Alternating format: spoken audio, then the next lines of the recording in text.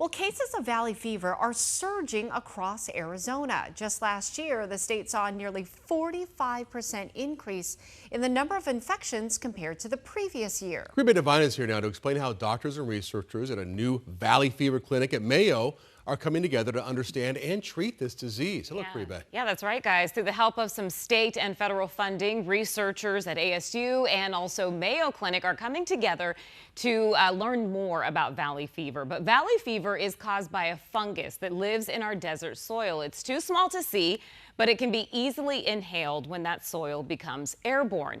And once it gets inside the lungs, that fungus can cause infection. Now, the symptoms are similar to a bad cold, maybe even a flu, but for some it can be very severe. 6 years ago, 54-year-old Chris Sams was active. He was working as a district manager for a bicycle company in the East Valley. He was riding his bike up to 150 miles per week. Today, Chris has one of Mayo's most severe cases of valley fever, and there is no cure. Dr. Marie Grill is Chris's doctor. Problems walking, brain fog, and then I don't know if it's from the valley fever, but I've spent a number of trips. I've lost how many times I've been in the hospital. So it's a tough go at it. Now, you probably have not heard of something like this, but every 2 weeks, Chris comes in for an invasive treatment to target the fungus that is now spread to his brain. So they use a needle, they inject some antifungal drugs directly into Chris's brain through a reservoir that's on top of his head. I don't know if you saw in the video, there was a little bump there, but underneath that, there's a reservoir that's implanted underneath his skull. So they use the needle to push that medicine in, and it goes directly into his brain. Wow. Yeah. You know, the thing about valley fever, you know, and I've lived here a long time, and people who move here might not even know what it is. I mean, it's like you said, it's that spore that lives out in the desert somewhere, and it has so many different, you know, effects on your body. Yeah, I mean, 2/3 of people who get it, according to the doctors, don't even see any symptoms.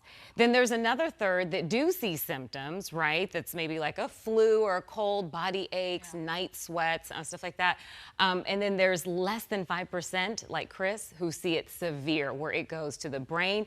And I did not know this, you guys, to the joints. So some people who complain of having tennis elbow, in some cases, that is a symptom of having a severe case of valley fever that has spread now to the joints. But there's no cure, right? There's no cure for it. So they just treat it with antifungal drugs. And in his case, you know, he's tried in Chris's case, he's tried many different kinds of antifungal drugs, but the side effects are severe. Yeah. So they decided to just put it straight into the source where the fungus is, just to try to stop it. And our brains are designed to not get viruses up in them and things like that, so it's very rare. So explain again, he's got a little hole in the top of his head that they inject? I don't know if you can see in the video, but there's like a bump on the top of his head. Well, underneath that is what they call a reservoir, and that's how they're able to just take a needle, like you saw the doctors doing there, push the drugs in, and then through that reservoir, it then goes in. So in my story that's coming up at 6 o'clock, you'll see from the x-ray exactly like where all of this is going and